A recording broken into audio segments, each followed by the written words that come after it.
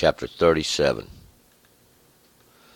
At this also my heart trembleth, and is moved out of its place. Hear attentively the noise of his voice, and the sound that goeth out of his mouth. He sends it forth under the whole heaven, and is lightning unto the ends of the earth. After it a voice roareth. He thundereth with the voice of his majesty, and he stayeth them not when the voice is heard. God thundereth marvellously with his voice. Great things doeth he, which we cannot comprehend. For he saith to the snow, Fall you on the earth, likewise to the shower of rain, and to the showers of his mighty rain. He sealeth up the hand of every man, that all men whom he hath made know it. Then the beasts go into coverts, and remain in their dens. Out of the chamber cometh the storm, and cold out of the north. By the breath of God ice is given, and the breath of the waters is straitened. Yea, he ladeth the thick cloud with moisture. He spreadeth abroad the cloud of his lightning. And they are turned round about by his guidance, that they may do whatsoever he commandeth them upon the face of the habitable earth, whether it be for correction, or for his earth, or for mercy, that he causeth it to come. Hearken unto this, O Job. Stand still, and consider the wondrous works of God. Dost you know how God enjoineth them, and caused the lightning of his cloud to shine? Do you know the balancings of the clouds, the wondrous works of him who is perfect in knowledge? You whose garments are warm when the earth is still by reason of the south wind, can you with him spread out the sky, which is strong as a molten mirror? Teach us what we shall say unto him. For we cannot order our speech by reason of darkness. Shall it be told him that I would speak? Or should a man wish that he were swallowed up? And now men see not the light which is bright in the skies, but the wind passeth and cleanseth them. Out of the north cometh golden splendor. About God is terrible majesty. The Almighty, whom we cannot find out, is excellent in power, yet to judgment and plenteous justice. He doeth no violence. Men do therefore fear him. He regardeth not any that are wise of heart. All right, we'll go back up to verse 1. Yesterday, Elihu was continuing and we'll find out. It's kind of like a little parable Elihu had there. Today will be Elihu's last chapter. The Lord will speak in the next chapter. But Elihu was continuing. He said, suffer me just a little bit, and I'll fetch knowledge. I'll go get some understanding for you. And he went out and he showed he could gather up a little bit of understanding and bring it out. But he was telling Job, you're making yourself known to the judgments of God. And well, one thing was they thought just because Job was speaking and questioning. But Elihu ended, and he was talking about a storm. He said, and the cattle can even hear this storm coming. And this storm, well, the storm is God, and he's going to use this storm as a parable or something we can compare to. We know what a storm is, and we can see storms and hear storms, and the lightnings, clouds, rain coming down. And this is the comparison. We're going to find out this is the confusion of God, the judgments of God going forth. The sound of what the judgments mean is the word of God, or the correct understanding.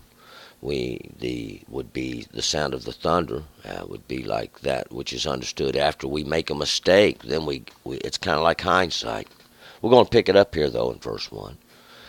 And at this also my heart trembleth, and is moved out of its place. And at the sound of that storm coming, the sound of the storm coming that we all know is coming, it's going to be the judgment of God. And my heart, or all my understanding's moved out of its place. We're going to find out. It's kind of taken away too. Hear attentively the noise of his voice, and the sound that goeth out of his mouth. Hear attentively, listen closely to the noise or the sound of his voice, and what God's got to say. In other words, this would be the sound that's going out of his mouth, but it's going to be from the comparison of this storm that we're going to use the lightnings and the thunders. 3, he sendeth it forth under the whole heaven. and his lightning unto the ends of the earth. And he does send it forth. These are going to be the judgments of God and this great storm upon the earth. He sends it forth under the whole heaven. Under all understanding does it go forth. His lightnings unto the ends of the earth. His lightnings are these flashes of light that go out to the ends of the earth. And to the ends of the earth not only means from the end of one end of the earth to the other as in a distance, but also across time. His lightnings go forth to the ends of the earth. And these flashes of understanding, these judgments, whereby even we can see, for after it a voice roars, he thunders with the voice of his majesty, and he stayeth them not when his voice is heard. So after we see these judgments, or these lightnings flashing forth of God's judgment upon generations, then we can hear his voice thunder. His voice, or the saying, this is why I done this to them. I punished them for this reason, for this abomination, or for this wickedness that they did. But yet he stays them not when his voice is heard. So he ain't holding them back, though. We'll find out you're free-willed still. You can go on and do whatever you want. See, God doesn't hold you back, but he is trying to teach you. 5. God thunders marvelously with his voice. Great things doeth he, which we cannot comprehend. God thunders marvelously, and God makes known his voice. God makes known these judgments. God makes it. It's common sense things. And what God does, we can't comprehend. We know not why the teacher works the way he does. We are students. 6. For he saith to the snow, fall you on the earth, likewise to the shower of rain, and to the showers of his mighty rain. And he says to the snow, and the snow is that of purity. The snow is looked like that of purity. It is a time of cleansing, so to speak, in the winter when the snows come, or this, and it's like a blanket, and everything's kind of frozen for a moment, or slowed down and stopped almost. He causes the snow to fall on all things. And likewise to the shower of rain. The rain is like an understanding of the water that comes down. Water is something that's greatly needed upon the earth, generally. But these showers of his mighty rain are like these floods that come down. 7. He seals up the hand of every man, that all men whom he hath made knows it. He seals up the hand, or the works of every man, and all those that know God has done this. They understand these things. We will find out. God set you on your path. God established your way. God is bringing you by your turn, by the way which you should come. 8. Then the beasts go into coverts and remain in their dens. These beasts go into their coverts and they remain in their dens, and we'll find out this is going to be during that period of snow, during that period of ice, during that period where God causes it. This season we refer to at the end, and then spring's kind of like a rebirth, or of course that we live in the. It don't matter which hemisphere you live in, you would probably experience this, the seasons. 9. Out of the chamber cometh the storm, and cold out of the north. And out of the chamber, or its place, is really what it should say. Its place, that appointed room for it, we can look at it like that, comes the storm and cold out of the north. North is always a place of judgment. Anytime we see the north, we can think of it. It's like a judgment. It represents this cold darkness, kind of like brass. And out of that north comes that judgment of God. 10. By the breath of God, ice is given, and the breath of waters is straightened.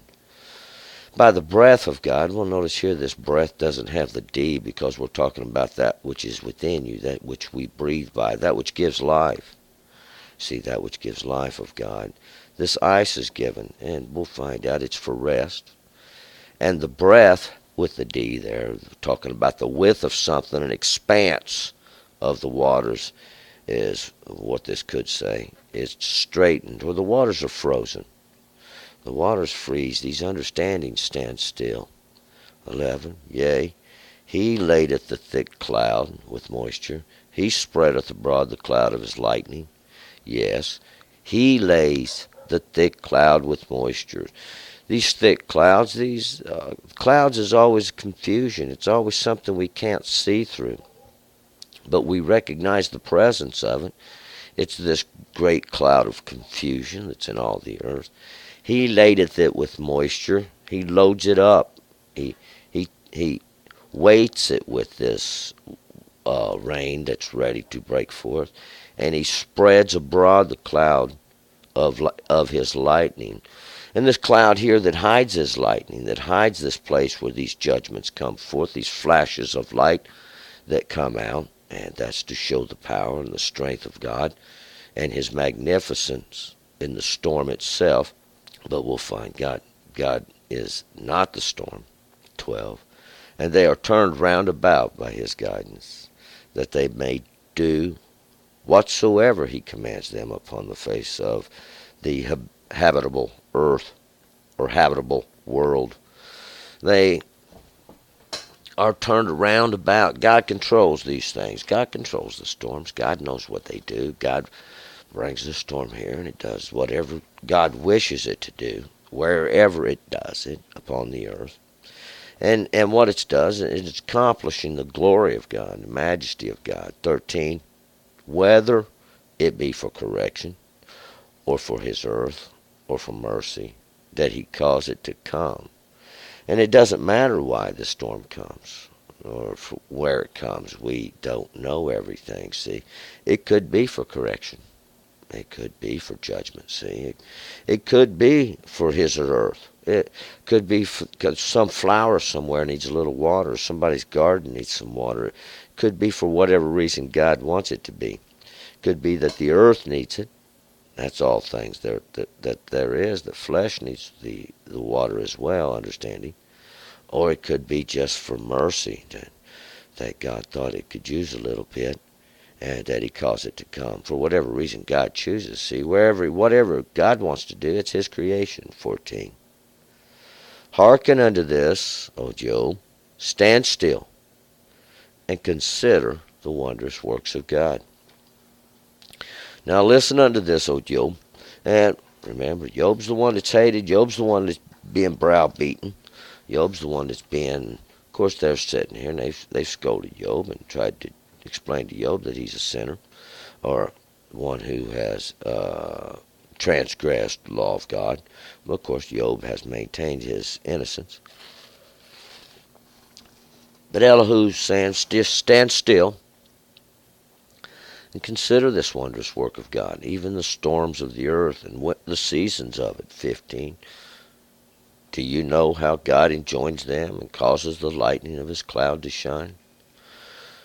Do you know how God joins it all together? Brings it from the lightning of the cloud, that which is hidden, all these flashes of judgment that go forth, and how he makes the cloud to shine, how he makes this confusion known. 16. Do you know the balancing of the clouds, the wondrous works of him who is perfect in knowledge? Do you know how it's balanced out, this balancing of the clouds?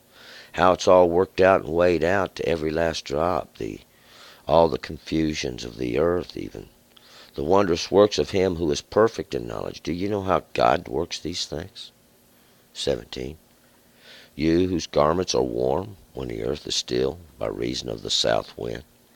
You whose garments are warm, you've got to put on clothing to keep warm when the earth if you live in the northern hemisphere, if the earth is in the south, or even that place where we can witness and wait for its return, that which gives life, that's the greater light and understanding that we would seek, is what the similitude of the sun in the gone away. It's in a place where we can witness, and now the winter's come, and the earth's standing still. The light ain't coming forth. Understanding ain't coming forth. 18. But we'll find man has to put on garments during this period of the winter. This is like the winter of, and those garments have to be put on to keep you warm. 18. Can you with him spread out the sky, which is strong as a molten mirror? Can you with him spread out the sky? Do you know how God does that? How God spread out the expanse? How God made the firmament? Which is stronger than a molten mirror. This molten mirror, the word is re'i, and it comes from the word ra'ah, is to look at and or to inspect, and it's because it gives reflection. It gives reflection, and that even these things of God that reflect, we'll find out in the earth, that which is uh, in the spirit, or something we can relay back to. So God Himself have made the parables in the earth with the sky and the storms and all these things. 19. Teach us what we shall say unto him, for we cannot order our speech by reason of darkness. Teach us now, is what Elihu is saying to Job, what we should say unto God. Tell us what we should say to God, for we cannot order our speech by reason of darkness, by this reason of the lack of our understanding. We don't know what to say. 20. Shall it be told him that I would speak? Or should a man wish that he were swallowed up? Should it be told God that I would speak during when God's speaking, or something that we should say, hush? Now, Elihu wants to speak. No. See, should a man wish that he was swallowed up altogether? God's understanding is far greater. We'll find out it even then. Elihu's. And now men see not the light, which is bright in the skies, but the wind passes and cleanses them. And now men see not the light, which is bright in the skies. And now this period, of winter. See this when it's gray, dim, storms approaching, thunders and lightning and clouds. We'll find out the sun is blotted out. The greater light is blotted out by the terrible storm of God. And the light can't be seen. The greater understanding of it all that is above us, we don't understand. We'll find out there's a storm off. But the wind passes and cleanses them. See, the wind passes. The wind's like time. It passes by and cleanses them, or cleanses is to make pure, or we're going to look at it because it makes known, and we'll find out that it doesn't matter. God's used them. It was God's work in the beginning, and whatever, when this period of time passes by, these judgments are made known, and it's time that cleanses. 22, out of the north cometh golden splendor. About God is terrible majesty. Out of the north cometh golden splendor. That's judgment. And the judgment is that what golden splendor is, that which it's been purified. It's pure gold. God's purified it. Through the judgments, through the knowledge that God is the one that does these things. God is terrible. He's awesome in His majesty.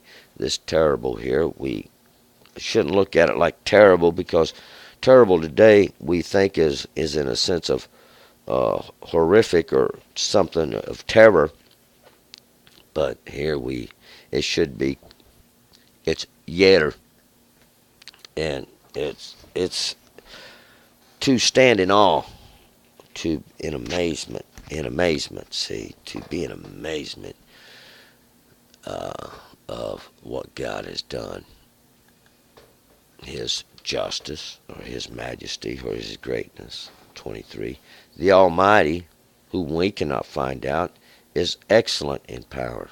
Yet to judgment and plenteous justice He doeth no violence. God is excellent in power. God knows what He's doing. It's God's creation. You just got here. You probably ain't going to live that long, and you probably don't understand everything. Yet to judgment, see, justice, yet to justice. This word here is mispah. And that's what it is. It's like justice. It's the judgment. You can look at it like after the judgment. After the judgment, we have justice. See, and we'll find out that's what it is. It's to be like God's done decided the case, and this is the finding. See, this is the findings of it. And there's plenty of justice. We'll find out. Plenty of justice. God does no violence. Men do these things to themselves. God simply set in a law, and this is the law. And we can look at it and we can say, well, it's a law. Well, or it's just a natural order that you should follow. There's no violence in it. We'll find out. God set it in motion from the beginning, and it's just that which makes known He's God, and He has rule over these things. Men try to exact their rules, but we'll find out it never works, because God, even with a mighty storm, will make Himself known. 24, men do therefore fear Him. He regardeth not any that are wise of heart. And men therefore do fear Him, and they do fear God. And even those that say, oh, there is no God, well, they can't lie and get away with it. We'll find out. Because when you start dragging that last breath in, we'll find out what you've got to say then. Because God doesn't regard any that are wise in heart. These that are wise in their own understanding, we'll find out, do want to exalt himself over somebody else. By some form of understanding they think they have. We'll find out Elihu would have probably been good to listen to his own knowledge, listen to his own understanding. And he's trying to accuse Job and tell Job, you sometimes we may get a little too big for our britches, so to speak. We're going to move forward, chapter 38. Turn and return.